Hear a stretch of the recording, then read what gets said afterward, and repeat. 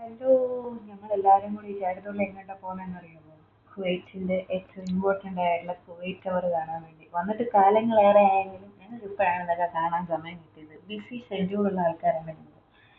അങ്ങനെ ഞങ്ങൾ ഇതാ ചാടിത്തുള്ളി വരുന്നതാണ് ബിൽബി. ഞങ്ങളെല്ലാവരും കൂടെ കുവൈറ്റ് ടവർ കാണാനായിട്ട് ഇറങ്ങി.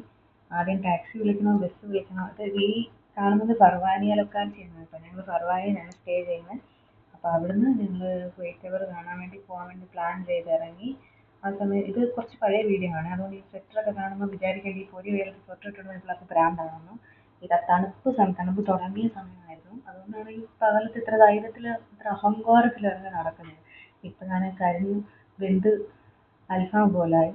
അങ്ങനെ ഞങ്ങൾ പോയി കാറിൽ ഒരു ടാക്സിയൊക്കെ വിളിച്ച് ടാക്സിക്കാരൻ പൈസയൊക്കെ കൂട്ടി പറഞ്ഞ് ഞങ്ങൾ തർക്കിച്ച് നിന്ന് നാട്ടിലെ പോലെ വില പേശി എത്രയാ 2 കേടി അങ്ങോട്ട് ഇനി ഓർക്കുന്നില്ല. അങ്ങനെ പകുതി കുറച്ച് ബസ്സിന് പോയി കുറച്ച് നടന്നു. പിന്നെയാണ് ഞങ്ങൾ ടാക്സി വിളിച്ചത്. നമ്മളാരെ മലയാളികളാണ്, ആദ്യമൊന്നും ടാക്സി വിളിക്കില്ലല്ലോ. നടന്നു കൊണ്ടാരാണെങ്കിൽ ഇനി പറ്റൂല എന്ന് പറഞ്ഞിട്ടാണ് ടാക്സി വിളിച്ചത്. അങ്ങനെ ദാ ആ കാണുന്നതാണ് ഞങ്ങളുടെ അല്ല കുവൈറ്റിൻ്റെ കുവൈറ്റ് ടവർ.